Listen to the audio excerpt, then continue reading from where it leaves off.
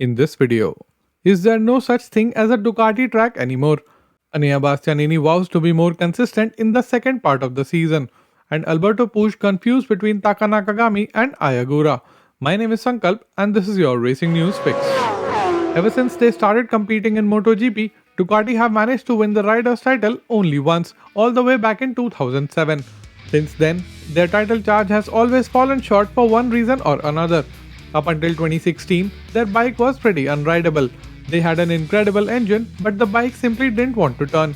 Through 2017, 2018 and 2019, when the bike was good and so was their contender, they had to face Marquez, who was just unbeatable during those years.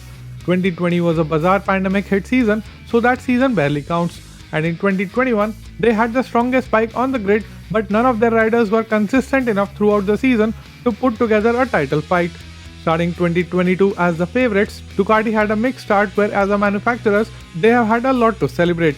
But on the other hand, none of their 8 riders have been able to score points consistently throughout the first part of the season. Reflecting on the first half, Ducati sporting director Paolo Ciabatti said, "If you look at the factory team, we are 6th and 7th, more than 90 points behind Fabio, so we cannot be happy with that. Now we have very little chance of fighting for the title. Obviously we will try, but with the level of consistency of Fabio, Quartararo and Aleix Espargaro, it is going to be difficult to catch up, but we will try."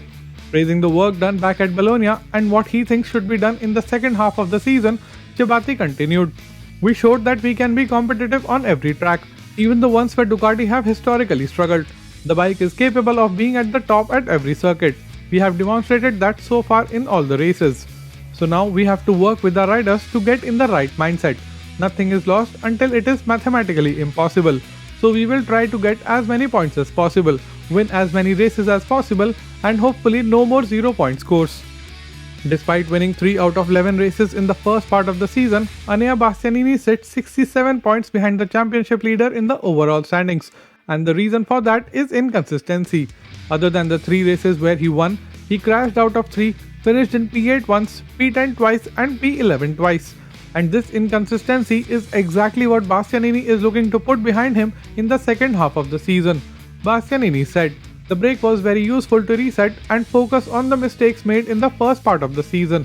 I really like Silverstone and I absolutely want to get a good result to get back to our levels. We have wavered a lot so far in the second part and we want to be more consistent." And another rider decision pending so far is for the Idemitsu LCR Honda team, and Alberto Puig still seems to be unsure as to who should get that seat. Alberto's 2 options are Taka Nakagami and Ogura, and while he is a big proponent of promoting young riders, he says he wants to be cautious and take into account more than just results on the track. Puig started by saying, "If Ogura wins the Moto2 World Championship title, it will have a lot of value because Moto2 is a difficult category. As a world champion, he could have a chance in MotoGP, but we have to decide soon and we can't wait until October. I am a big fan of young riders, but you have to think carefully about these transfers. You don't have to get too excited, you have to analyze it calmly and see which solution is the best." Is there any hope left for Taka Nakagami, or does that seat belong to Ogura? Let's chat in the comments below.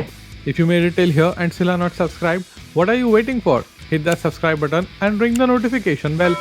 And don't forget to check out these 2 videos which I know you will enjoy.